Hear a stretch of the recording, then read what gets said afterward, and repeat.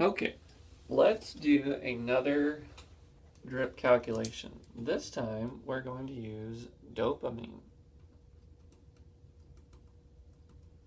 And dopamine is a sympathomimetic, and it will be stimulating the alpha and beta receptors, thus a sympathetic nervous system stimulator, most commonly used for vasoconstriction, among other things. But we're going to say it's a vasopressor, so we're going to increase that blood pressure. And you'll have to watch me during this video, or keep an eye on my voice in this video, because I may sometimes forget to say the full 1600 mics per mil, but I mean 1600 mics per mil if I say something different. So dopamine comes in a concentration. It's often stored as 400 milligrams in 250 milliliters. And it is also stored as 800 milligrams in 500 milliliters. In either case, we have to get to however many micrograms are in 1 milliliter. So our dose for dopamine is 2 to 10 micrograms, and then we add a weight-based component in here per kilogram per minute. Now we have 400 milligrams and 250 milliliters. Well, we need to convert, right? We know that each milligram has 1,000 micrograms in it, right? So if we just do the math, we say we're going to multiply 400 times 1,000 gives us 400,000 micrograms, still in 250 milliliters. So that's a big number. We're still trying to figure out how many micrograms are in 1 milliliter. So let's do 400,000 divided by 250, and that gives you 1,600 mics per mil. There's your chant, and that's your concentration on hand. This is very intimidating, so you have to, if you want to think about it in terms of money, you see you have $400,000 to be given out to 250 people, and you give each person $1,600, if that makes more sense to you. All right, so let's format our equation. So our equation is the dose desired times our drip set times our weight in kilograms, all divided by our concentration.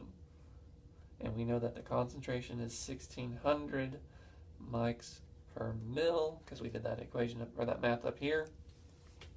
So that's one of those things, again, you just have to remember whenever you're doing this drip calculation, is that the concentration for dopamine, you always want it in 1,600 mics per mil.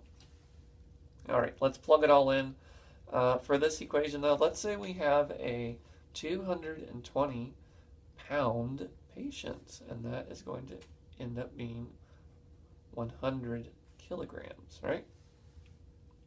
And let's say we want to administer 10 micrograms to this patient, and we have a constant, which is a 60 drop set, times our weight in kilograms. If you don't remember to convert it to kilograms, you're going to give them too much and get the wrong answer. And this, of course, is all over our concentration, which is 1,600 mics per mil. So let's do our math, right? We have, I'm going to do 10 times 100. Gives us 1,000, right? Times our constant, which gives us 60,000 drops over 1,600. I'm sorry, I did not mean to say drops. 60,000 something over 1,600 mics per mil. And we're going to divide that further to give us 37.5. 37.5 what? I don't really like to bring in all the units because I think it gets a little clunky, but you need to remember that it's always in drops per minute.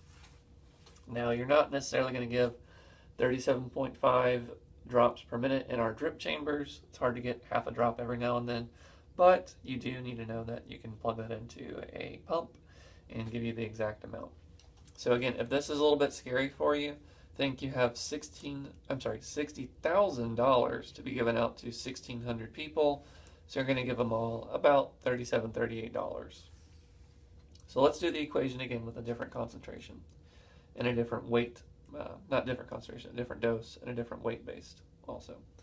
Let's say we want to give 2 micrograms to this patient times our constant, which is our drip set, which is 60, times our weight in kilograms. Let's say this patient weighs 300 pounds. So I'm going to borrow my calculator and do 300 divided by 2.2, giving us 136.36. I'm going to round down to 136. All divided by 1,600 mics per mil. And let's go ahead and do our equation. Let's do the top part first. I like simple math first. So 2 times 60, that's 120, right? Times 136 gives us this random number of 16,320. Again, don't get too confused by all these units. We're going to divide that by 1,600 mics per mil, giving us something. Let me do the math real quick.